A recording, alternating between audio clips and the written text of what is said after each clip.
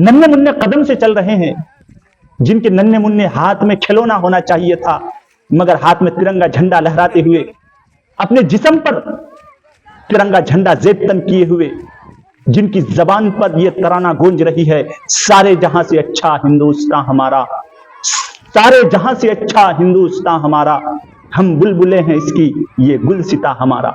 ये जंगलों में चल चल कर अपने देश से मोहब्बत का सबूत दे रहे होते हैं, मगर कुछ लोगों की नजरों में ये बात खटक रही है कि ये लोग देश से मोहब्बत नहीं करते हैं, मुल्क से मोहब्बत नहीं करते। हालांकि ये वो लोग हैं जिनके इस मुल्क को आजाद करने के लिए जर्रा बराबर भी कोई किरदार नहीं है, जर्रा बराबर भी कोई हिस्सा नहीं है। बल्कि जब मुल्क आजाद हो रहा था, मुल्क को आजाद करने के लिए सब मिलकर जिद्दोजहद कर रहे थे, कोशिश कर रहे थे, उस वक्त ये लोग अंग्रेजों की चापलूसी कर रहे थे।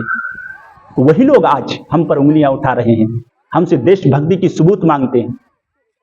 बदकिस्मती से कुछ आला लीडरान हमारे मुल्क में ऐसे हैं जिनकी जबान से ये अल्फाज भी निकल रहे हैं कि हम लोगों को कपड़ों से पहचानते हैं।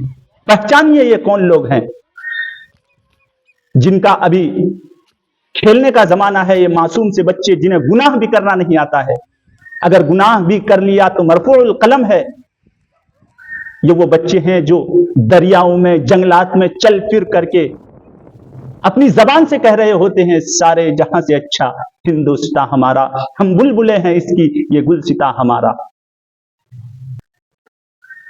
जिनकी जबान पर यह अल्फाज है कि दिल दिया है जान भी देंगे ए वतन तेरे लिए।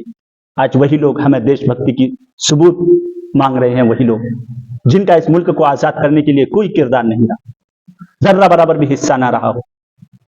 आप खूब समझ रहे होंगे ये कौन लोग हैं, आप अच्छी तरह समझ रहे होंगे।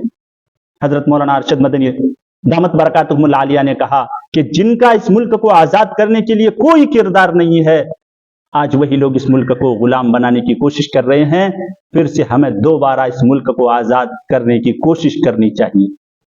अल्लाह अमल